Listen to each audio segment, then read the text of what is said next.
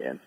It's a very flexible learning environment. It's incredibly rigorous, but we want students to be in control of their own journey. We certainly embrace, a liberal arts education and the ideal outcome of interpreting knowledge and going out to be an effective citizen. We want that. We just want students to do it in their own way. And so students actually get to go through what's called shopping periods. So the first 2 weeks of every semester, students have a wide array of courses, and they get to go in for the first 2 weeks and see if they like that course, look at the syllabus, hear from faculty, talk to the other students in that class, and see if it meets their academic goals, and then ultimately after 2 weeks declare that course as a part of their curriculum.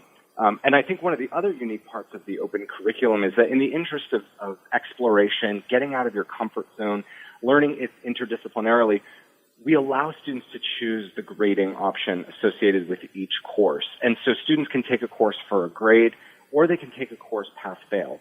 This is not to imply in any way that taking a course pass-fail makes that course easier. That's not the case. But take, for example, the humanist who is really interested in literary arts. That's their passion. They have a really interesting idea, and they want to pair it with a student in developing an app to support youth somewhere. They've never taken a computer science course before, and they're terrified because they hear that this course can be pretty challenging. That's an amazing course to take pass-fail, because you then give yourself the self-permission to take that course. You don't have the fear of failure hanging over your head. If you don't pass that course, it doesn't show up on your transcript. And again, this is not to suggest that it's easier. It's all in the interest of exploration and interdisciplinary study. And so I think for the student who really embraces exploration, wants to learn interdisciplinarily, wants to be a microbiologist, but also wants to explore theater or classics, Brown and the Open Curriculum is an amazing institution for that type of student. Yeah, I don't know if I ever shared you this story. I was on an airplane filled with Brown University volleyball players, and talk about Brown really attracting lovers of learning. And they were doing this high advanced physics class, all laughing, working together, and they're doing all on their laptops and everything. And I'm like, it's like, wow, what Brown preaches is just so true, and I was just observing it. And it's like, this is some intense stuff, but not only do you give this so much flexibility, but you also give that flexibility in working with each other. And they were just finished a game in the competition and was going back to campus too. So, that is just a great program that infuses so many other great things too. And so Absolutely. At Brown University, so what type of prospective students are you looking for? Well, I think you nailed it when you said that they have a love of learning, and that really defines the type of student that we're looking for. So often it's very easy to do this, to look at high school as 4 years to get into college, or college as 4 years to get a job, or get into, law school or medical school. You kind of forget that there's this remarkable journey between point A and point B. And so we're looking for students that are going to embrace every moment of that journey in between point A and point B, not just students that are looking to get out on the other side. And so students that have diverse interests, or students that have specific interests, but the openness to explore somewhere else, and someone who's really just going to love that experience in between, that's the exact student we're looking for. Yeah, and I think a lot of times students think, well, okay, I'm that good student, I'm that good tester, my resume is solid, but they forget, but did you dive in further? Like, did you read that publication from that class, even though it wasn't required for you to do? Are you like blogging about this topic just because you loved it for fun, and just do something out of the box just for the heck of it? Absolutely. Those are some of the texture elements that we talked about earlier, and they often come out in letters of recommendation where faculty are able to expand on curiosity that guided a project in a new direction. Those things we're hyper aware of those, and I'm sorry, I know I sort of interrupted you. I get so excited about this, but when we're sitting around that committee table, one of the questions that's asked over and over and over is, how has the student demonstrated a joy or a love of learning, and what texture surrounds their interest in and out of the classroom? We're talking about that all the time. And so, yeah, this all just speaks to that. Yeah, I wish we could. I think the biggest mistake in education we've done is tell students, sit down, be quiet, and listen, and repeat what I say.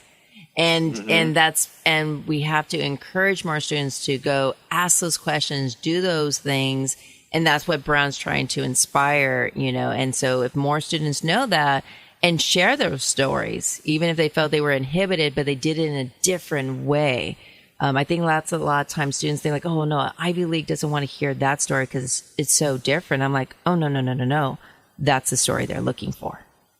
Right. Yeah. I think so often students believe they need to have, invented something, developed a cure for something, or have a heartstring story that tugs at the admission committee. And there's a small percentage of students that fall in that group. And, so I really always encourage students to think more and more about that story. When you're answering a question on your application, don't just think, oh, how do I answer this question? Think about how the answer to that question builds on your story.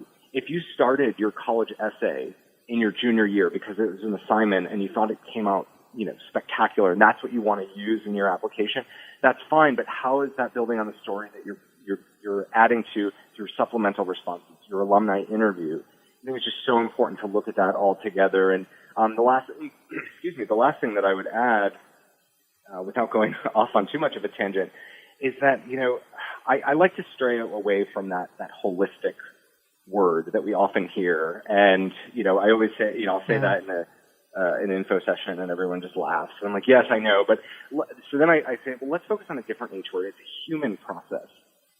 There are humans that are evaluating your application, and the reality is we all have, biases. We do our best to, check them at the door, leave them behind. That's my responsibility as an admission officer. But we approach every application with an open mind. We read every single piece, and we have to, because when we go into that committee and we're lobbying for a student to be admitted, we have to be able to answer those questions and get to know them. So share your story, share it. To the best of your ability. Ask friends, ask family how they would define you, and make sure those elements are coming through in your application. Yeah, I think someone give a scenario for kids to saying, like, if your name was off of all your essay or personal statement prompts and someone found it on the floor and they read it, they're like, oh my God, I know who this belongs to. Because a lot of times people go into this cookie cutter formula, and I'm like, no. What makes you tick? What makes you move? Right. And that's like, just with your love, you're apologizing, going on tangents, but this is your love. Like, that's what you're looking for, is the kid who goes on tangent because they love this so much. And that's a story. Right. That's the texture you want. That's going to make a beautiful symphony with that student and with your campus. Yeah, it is such an honor to do what we do. I learn something new all the time. And I never forget what an honor it is to serve in my role. Yeah, no, for all of us, it is. It's such a great honor for us. So besides Brown University being a campus focusing on the quality of its teaching, research, and unique curriculum, what else should students be aware about Brown University? Since maybe this is the first time they heard of Brown University, listening to this podcast, because we're focusing on looking at Ivy Leagues, and we're very lucky to have you, Michael, from Brown. So if someone's like, oh, I never heard of Brown University, what else besides the open curriculum and that love of learning, can you tell us, our listeners, about your campus?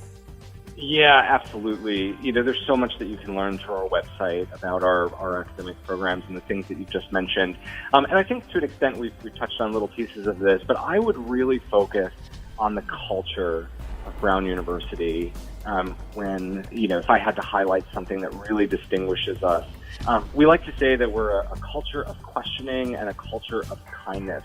And I believe this is all, the result of the open curriculum. I mean, Brown has a long history of being an institution that supports the beliefs of students, a progressive institution, being the first to admit students of all religious backgrounds, sort of that spirit of Roger Williams and the founding of the state of Rhode Island. But, so that certainly comes in, I think. But the culture of kindness piece is so important.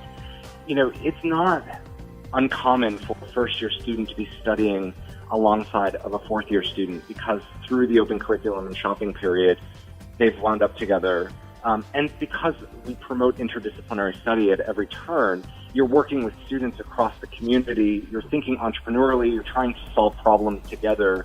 And, no one at Brown is really looking to get ahead at the failure of someone else. And the current students, alums, they will all share that.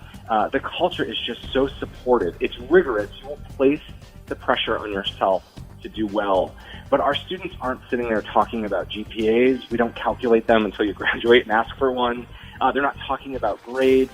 They're really talking about their love of learning, what they're getting from a class. They're encouraging students to take risks together, to solve problems together. And those are some of the things that you can't really fully understand until you're a part of a community. And so I would just say that, for the student that wants to come into a supportive environment with that love of learning, whether you're very decided or completely undecided, it's a wonderful place. Yeah, I'm fortunate to remember before the internet was around, Brown University's application. I remember working with students. They said, wait, Brown wants us to handwrite our essay? Don't they want us to type it on the typewriter? I'm like, no, they want you to make it really personalized so that there's a connection between you and the college when you're handwriting it. And everyone was thrown back by that, but also very intrigued. And I go, and that's the Brown University magic. That's, an example of that. Yeah. It's a beautiful thing. Yeah, it is. It is. So if students want to apply to Brown University, where can they find your application? Sure. We're a Common App school, so I always, encourage students to go to the Common Application website.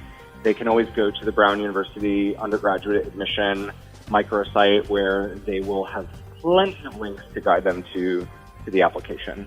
Yeah, so at commonapp.org is a great website, and if you're a ninth grader, you could start the application, but until August 1st of your senior year, they could look at those campus-specific questions for Brown University. Yeah, it's a great application system that they have. Michael, thank you so much for helping our listeners learn more about Ivy Leagues and using spotlighting a lot more on Brown University. Every alum that I've interacted and worked with at Brown have been amazing. Brown University is so lucky to have you, and thank you again for being part of our show. I'm so thankful. I really appreciate it. Thank you. Thank you for listening to College for All. We hope you enjoyed our podcast and learned that college is an opportunity you can reach. Use this information and you can find out even more on our website at college4all.com. And you can also follow us on Twitter and Instagram at college4allamv. Thank you for listening, and until our next podcast, don't forget, nothing is impossible unless you think it is impossible.